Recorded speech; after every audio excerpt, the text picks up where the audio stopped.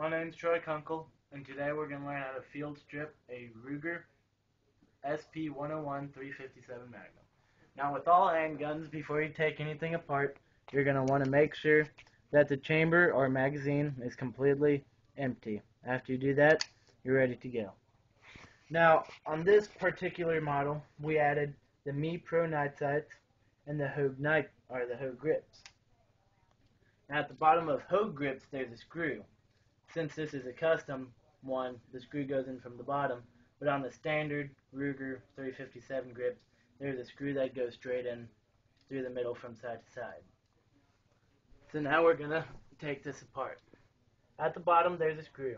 You want to take a screwdriver and just take that screw out.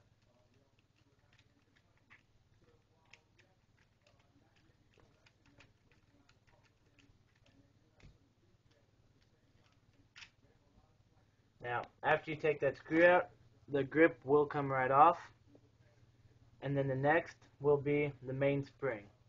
Now, the main spring has a little pin on the inside, so what you want to do is you want to pull the trigger just lightly, so at the bottom you will see a hole come out.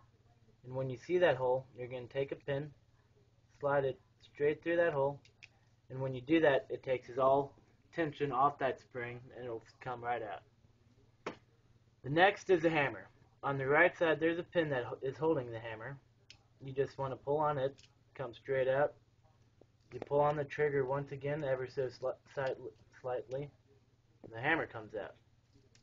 Next is a trigger grouping. You're going to take a punch, and on the handle, there's a hole, in the middle hole, and then holding the trigger grouping is this button right here. You're going to take the punch, push it through that hole, and hit that button.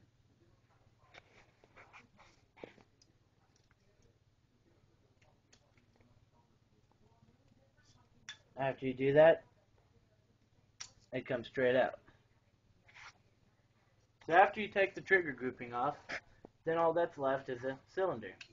You open up the cylinder, it will come right off, like so. Now, you learned how to disassemble a Ruger SP-101 357 Magnum. We're going to learn how to put it back together. Go in reverse order. Now on the crane, there's a notch right here. What you want to do is take that notch and put it right back into that hole. Close it up. Next we have the trigger grouping. On this trigger grouping, you see the pin right here going back and forth. You're going to want to make sure that pin goes straight in the hole. Goes straight in the hole. It latches on right there. And you push down, snaps right back on. Next, we have the hammer. You're going to put the hammer right into the hole. It just drops down, nothing fancy. Then what helps me is if you pull on the trigger just barely, it'll line up the holes for the pin. You put that pin back and make sure it's locked in. After the pin, we have the main spring. What you want to do is on the main spring, there's a little groove right there.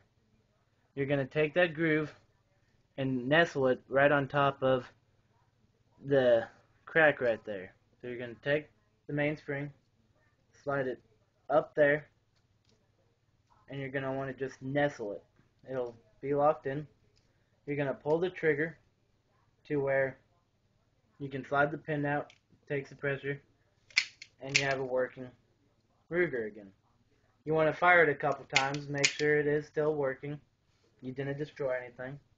After you do that, you're going to want to just take the handle, and in this particular model, there are grooves in it, and all you want to do is just align those grooves with it, and it slides right on. After that, you take the screw, you screw it back into the handle,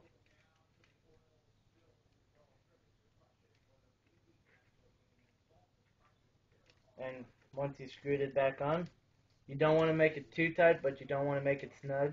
You want to make it just perfect, where you know nothing will bad happen. After you do that, you got your fully assembled Ruger SP-101 357 Magnum.